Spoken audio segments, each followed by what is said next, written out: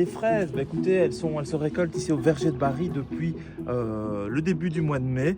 Elles sont rouges, j'y ai déjà goûté, tout va bien. Mais on va parler notamment santé, pesticides sur certaines fraises. Ici, c'est de la culture bio, il n'en a pas. Mais ce thème, c'est le festival Nourrir Tournée qui va en parler toute la semaine prochaine. C'est bon. La plupart des problèmes qu'on a, c'est ça, c'est les maladies de sol. Et en bio, de toute façon, tu ne peux travailler que comme ça. Tu peux pas travailler hors sol.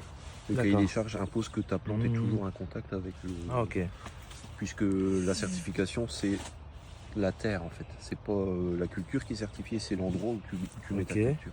Quand on l'accueille et qu'elle est belle, ben voilà, elle va être mangée. Mais pour qu'elle soit belle, pour l'accompagner, pour éviter qu'il y ait des champignons, des insectes qui passent par là, qu'est-ce que vous faites alors pour la protéger sans produit? On a la sélection variétale qui est la base déjà du métier. Donc on choisit une variété qui est peu sujette aux maladies, qui est tolérante. Par exemple ici, la maladie principale en fraisier c'est l'oïdium. La variété qu'on cultive, elle peut le supporter, elle peut tomber malade mais le plant ne meurt pas. Ça évite de devoir le traiter. Et puis il y a toute une série de choses qu'on fait au niveau du travail du sol, puisqu'on change, on a une rotation de sol chaque année. Et même quand il n'y a pas de frais sur la parcelle, on travaille en vue de la future récolte de l'année d'après ou de 2 ans après, pour que le sol soit sain et qu'on puisse avoir des fraises de qualité.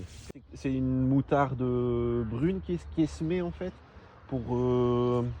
pour assainir le sol. Et puis la partie du haut, là on va venir mais seulement dans 2 ans. Si tu viens tout le temps à la même place, ça fonctionne pas. Il faut qu'elle soit brillante de toute façon et qu'au minimum derrière, ça peut être un peu plus pâle que le devant parce qu'elle va continuer à mûrir mais elle peut pas être blanche en fait à aucun moment. Il faut vraiment que ta couleur rouge, elle ait fait tout le tour ici autour de la corolle. De manière générale, dès qu'on a plus le circuit de vente est court, moins les produits ont besoin d'être traités avec des pesticides, vu que dans notre cas par exemple, on cueille ce matin, cet après-midi elles seront vendues et mangées, donc c'est très court et on n'a aucun souci de conservation. Bon, il y en a. Ouais.